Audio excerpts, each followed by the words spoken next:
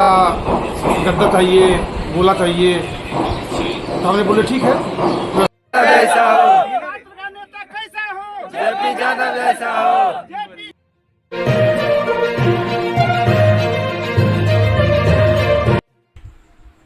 नमस्कार, मैं अतुल आदित्य।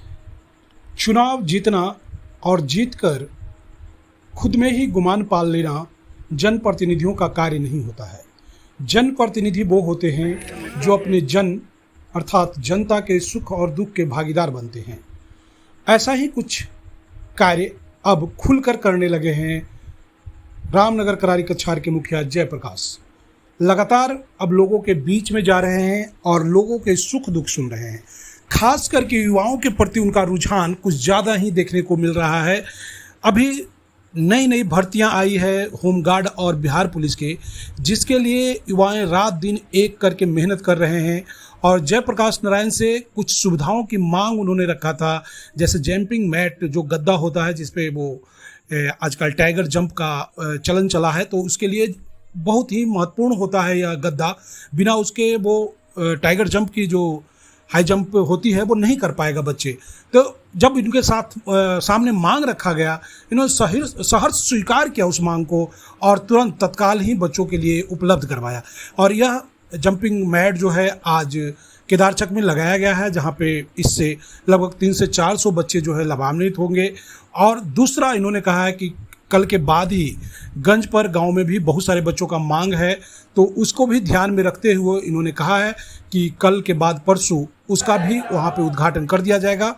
और इस तरह से युवाओं को जो एक लक्ष्य बना है अपने लिए कुछ हासिल करने का, तो उनमें इनका 100% सहयोग होगा।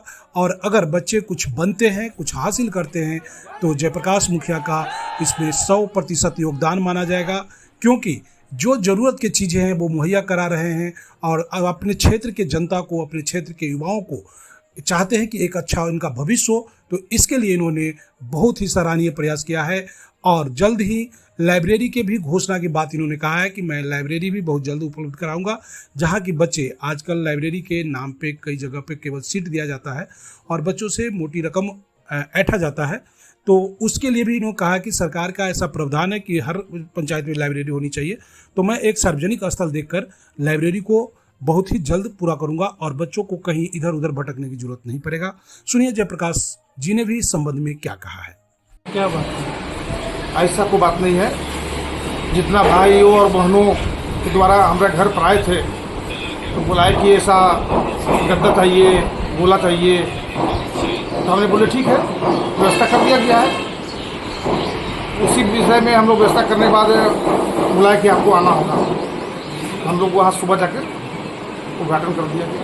वो लोग क्या चीज़ का तैयारी कर रहे हैं? पुलिस का, होमगार्ड, सब जवान का पुलिस। और आगे भी कुछ लोगों का मांग है।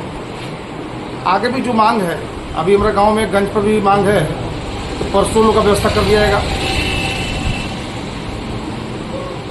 तो जो बच्चे रोजगार के लिए जो तैयारी कर रहे हैं उनके प्रति आपका? मेरे तरफ से आशीर्वाद है कि सबका बहुत सिलेक्शन हो जाए, ज़्यादा से ज़्यादा, यही मेरा आशीर्वाद है। और जो भी कमी होगा हम सुबह में व्यवस्था करेंगे। संसाधन जुटाने में आप सहयोग करें? हाँ, और भी जो व्यवस्था होगा कुछ बच्चे का उसको किया जाएगा। अच्छा, बच्चों का एक लाइब्रेरी का भी मांग है, तो पंचायत में भी लाइब्रेरी खोल रहा है, तो उस पर कब तक काम कुछ होने का आशा है? लाइब्रेरी पर 5-6 महीने रुकेगी, पर हम लगे हुए हैं, बहुत जल्द खुल जाएगा। वो भी कि हम प्रमुख और को जिला परिषद के लिए ऐसा नहीं कर रहे हैं। बच्चे लोग का डिमांड था, उसका व्यवस्था किया गया है। मैं यहाँ पर जो है सियासी गलियारे में लोकल लेवल पर चर्चा है कि आप भी अब जनता हमारी का जो समय आएगा आदेश होगा वो देखा जाएगा। अभी ऐसा कोई बात नहीं है। अगर जनता की इच्छा रहता है तो आप आएंगे? हाँ, जनता की इच्छा हो तो फिर